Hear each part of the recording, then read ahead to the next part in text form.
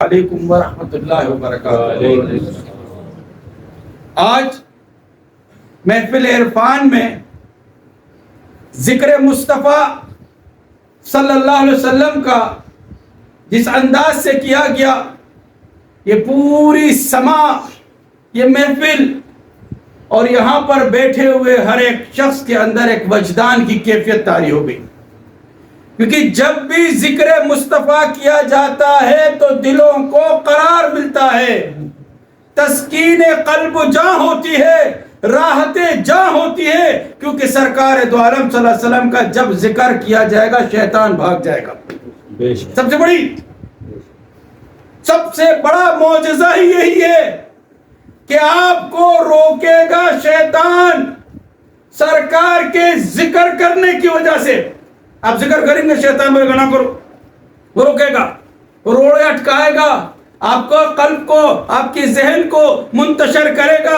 لیکن جب آپ یکسوئی سے آقا دو جہاں محمد مصطفیٰ صلی اللہ علیہ وسلم پر درود پڑھتے ہیں، سلام پڑھتے ہیں، تسبیحات پڑھتے ہیں، ان کا ذکر خیر کرتے ہیں، تو آپ جو ہے شیطان کو شکست دے رہے ہیں۔ تو آج محفل عرفان میں یہ پہلا جو سیشن چلا وہ ذکر مصطفیٰ صلی اللہ علیہ وسلم کا ہوا۔ اب ہم بات کریں گے آج کی اس دور کی کہ ایک فتنہ، ایک فساد اور ایک عجیب قسم کا غوغا اس کائنات کے عالم میں مچایا جا رہا ہے۔ اہل مغرب اسلام پر خطرناک حملے کر رہے ہیں، ہر طرح کے وہ حربے استعمال کر رہے ہیں، مسلمانوں کے ضمیر کو جھنجھوڑا جا رہا ہے، ان کے قوت ایمانی کو ٹٹولا جا رہا ہے، مسلمانوں کے اتحاد کو دیکھا جا رہا ہے۔ لیکن افسوس، صد افسوس، آج کے 57 اسلامی آزاد ریاستوں پر، 1.25 ارب اور 1.5 ارب مسلمانوں پر افسوس ہی کر سکتے ہیں کہ ہم میں وہ اتحاد و اتفاق نظر نہیں آ رہا۔ ہم کہیں مسلکوں میں، ہم کہیں فرقوں میں، ہم کہیں پر ذاتوں میں، ہم کہیں پر ملکوں میں، ہم کہیں لسانیات میں اتنا مہو ہو چکے ہیں، منتشر ہو چکے ہیں، ہمارا جو ہے شرازہ بندی بکھر چکی ہے، اور آج خش و خاشاک کی طرح یہ عالم مغرب جو ہے ہمیں جو ہے مار رہا ہے، جھنجھوڑ رہا ہے، قوت ایمانی پر حملہ کر رہا ہے، آقا دو جہاں محمد مصطفیٰ صلی اللہ علیہ وآلہ وسلم کی حسین صورت و چہرے کو مشق کر رہا ہے۔ لیکن ہم صرف کیا کرتے ہیں؟ ایک احتجاج کرتے ہیں، ایک مذمت کرتے ہیں، پھر ہم خاموش بیٹھ جاتے ہیں۔ کیا یہ زیبا دیتا ہے ہمیں؟ کیا یہ ہمارا ضمیر گوارا کر رہا ہے؟ ہم تو زندہ ہیں تو نبی کریم صلی اللہ علیہ وسلم کی وجہ سے ہی ہیں، اور ہم تو نعرہ لگاتے ہیں نا غلامی رسول میں، اور اب جب وقت آ گیا تو ہم کیا کر رہے ہیں؟ ہم کونے خدروں میں چھپ جاتے ہیں، احتجاج کر لیا جی ہم نے، ہمارا حق ختم ہو گیا۔ بلکہ نہیں میرے مسلمان بھائیوں، میرے ساتھیوں، آپ لوگوں کو اس ٹائم پر اپنے اندر جھانکنے کی ضرورت ہے، اپنے ایمان کا جائزہ لیں، قوت ایمانی پیدا کریں۔ افراد کی ضرورت نہیں، ایمانداروں کی ضرورت ہے، مومنوں کی ضرورت ہے، مخلصین کی ضرورت ہے، جس کی تعریف قرآن میں آئی ہے۔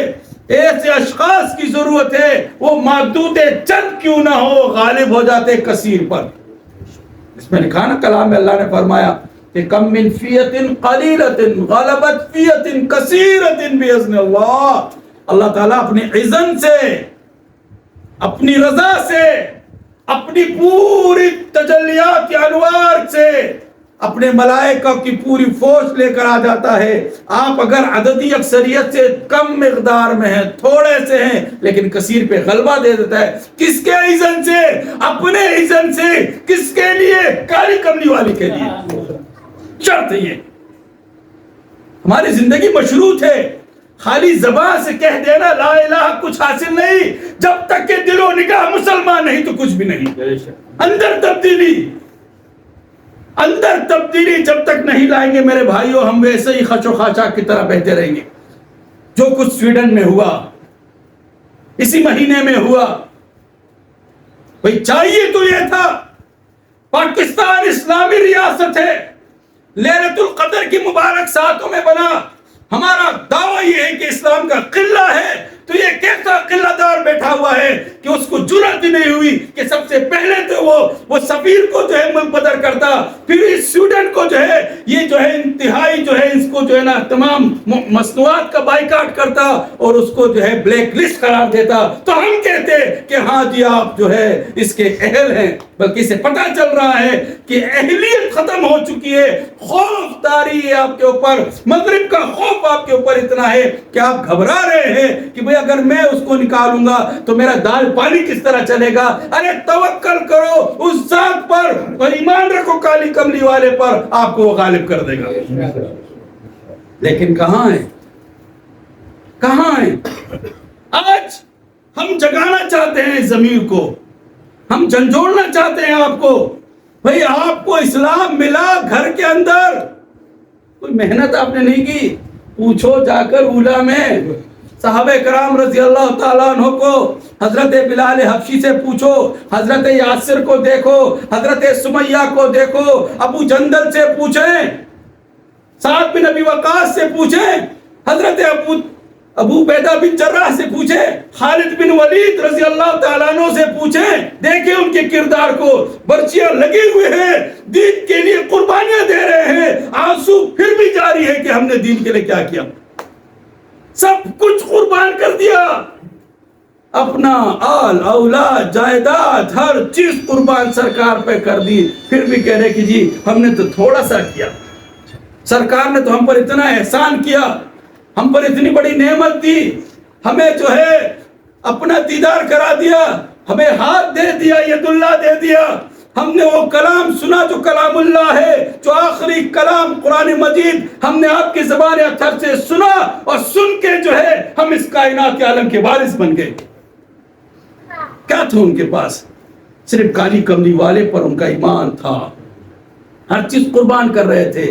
بھئی دین تو آپ کو مکمل مل گیا، نعمت آپ کو مکمل مل گئی، آپ کو قرآن مکمل مل گیا، ہدایت آپ کو مکمل مل گئی، ہر چیز آپ کو مل گئی، لیکن کیا آپ اس کا حق ادا کریں؟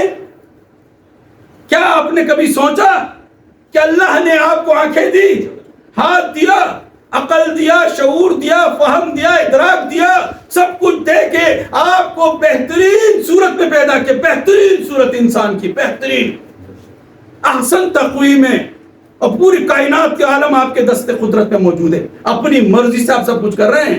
آپ نے سمندر کو نہیں چھوڑا، آپ نے پہاڑوں کو نہیں بخشا، آپ نے خلا کو نہیں چھوڑا، تسخیر کائنات کرتے ہوئے آپ چاند تک چلے گئے، ستاروں کو آپ نہیں چھوڑے، آپ کائنات کے راز کو کھولتے چلے جا رہے ہیں۔ یہ کس کی وجہ سے؟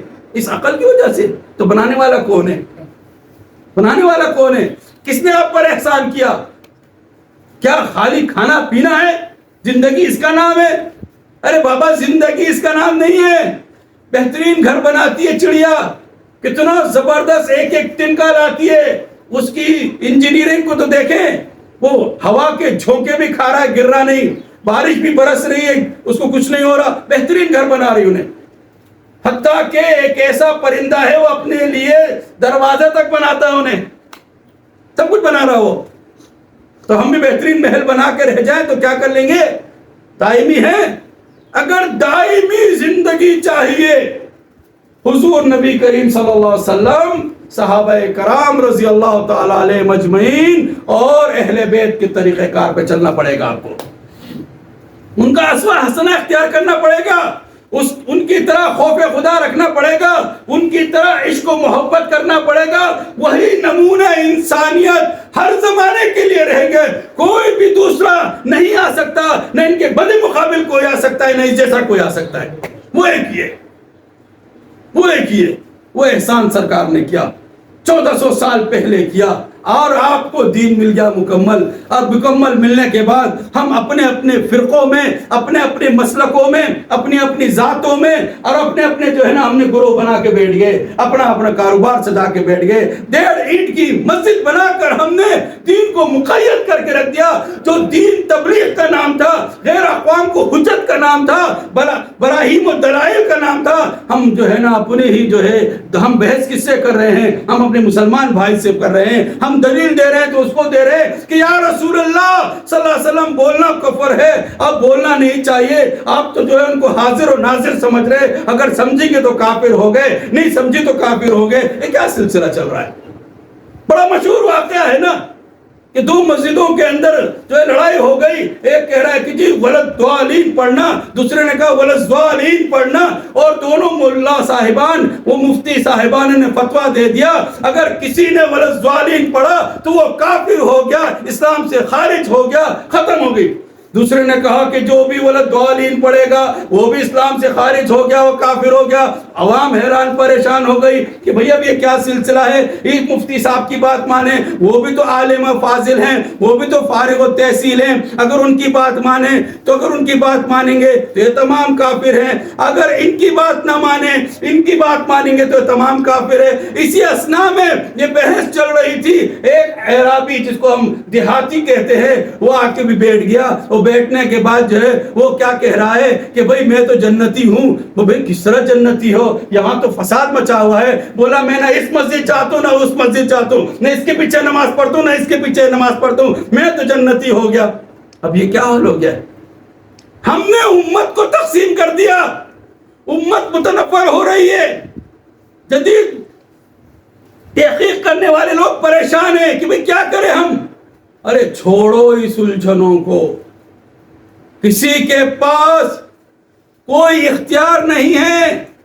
حضرت امام مالک رحمت اللہ علیہ فرماتے ہیں کہ جس کسی نے دیکھا کسی کو اگر اس کے پاس 99% بھی کفر نظر آ رہا ہے، اس کے اعمال میں، اس کے کردار میں، اس کے گفتار میں، اس کے قول میں، اس کے فعل میں، لیکن 1% آپ کو اس کے اندر اسلام نظر آ رہا ہے، اللہ کو وحدہ لا شریک مان رہا ہے، حضور کو خاتم النبیین مان رہا ہے، قبلہ رخ کے نماز پڑھ رہا ہے، آپ کو حق ہی حاصل نہیں کہ اس کو کافر قرار دیا.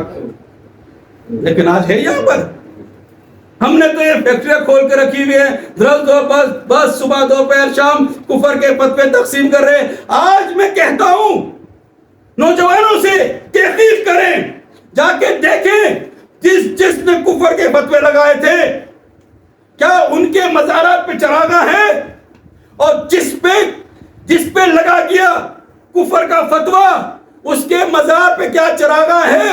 کیا اس کا عرس منایا جا رہا ہے؟ کیا اس کے پاس درود و سلام پڑھا جا رہا ہے؟ کیا فاتحہ ہو رہی ہے؟ قرآن کی تلاوت ہو رہی ہے؟ کیا اس مسجد میں نماز ہو رہی کہ نہیں ہو رہی؟ تو کہاں گیا آپ کا کفر؟ یہ کفر واپس لوٹ آیا. جس نے لگایا تو اس پہ لگ گیا، اس کی قبر بے نور ہو گئی، اس کے پاس کوئی جا نہیں رہا ہے. اور جس کے پاس انہوں نے کفر لگایا تھا اس میں کفر نام کی کوئی چیز نہیں تھی، وہ اللہ اللہ کرنے والا تھا، سرکار کا ذکر کرنے والا تھا، فذکرونی والا تھا، اذکرکم کے نتیجے میں اللہ نے اس کا ذکر قائم و دائم کر دیا. یہ عمل ہم ٹھیکیدار بنتے ہیں کہ جی ہم سے ہی اسلام ہے. جی ارے آپ سے کیا اسلام ہے؟ آپ محافظ بنتے دین کے، آپ تحفظ کریں گے دین کا.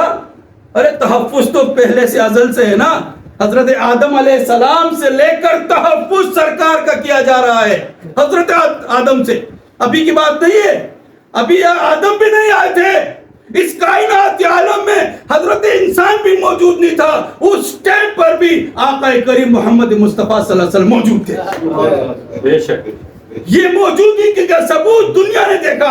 اس موجودگی کے ثبوت میں قرآن میں ایک میثاق کا ذکر، ایک معاہدے کا ذکر اس کے اندر موجود ہے. تو کسے معاہدہ اللہ کر رہا ہے؟ بھی اللہ معاہدہ کر رہا ہے نا. وَإِذْ أَخَذَ اللَّهُ مِيثَاقَ النَّبِيِّينَ سے نبیوں کے ارواح سے معاہدہ کر رہا ہے، تو معاہدے کے لیے تو کچھ چیزوں کی ضرورت ہوگی نا. بھئی اگر عالم ارواح میں معاہدہ کر رہا ہے تو وہ بھی موجود، سامنے والا بھی موجود. کیا غائب سے معاہدہ ہوتا ہے؟ بھئی معاہدے کے لیے تو شرط ہے کہ آپ موجود ہوں گے. پھر اس کے اوپر ایک ضامن بھی رہتا ہے, ضمانت بھی دے رہا ہے کہ جی ضامن مہر لگا رہا کہ ہاں جی 2 کے مابین معاہدہ ہوا, میں اس کا ضامن ہوں. تو اللہ معاہدہ کر رہا ہے, میثاق کر رہا ہے. کس سے؟ انبیاء کے ارواح سے. کیا میثاق کر رہا ہے اور کیا ان کو ڈیوٹی لگا رہا ہے کہ جب تمہارا مصدق آ جائے, جب تمہارا مصدق آ جائے. مصدق کس کو کہتے ہیں؟ تصدیق کرنے والا. تو ہم پھر تاریخ ٹٹولیں گے نا, حضرت آدم علیہ السلام سے لے کر حضرت عیسیٰ علیہ السلام تک کیا انبیاء نے ایک دوسرے کی تصدیق کی؟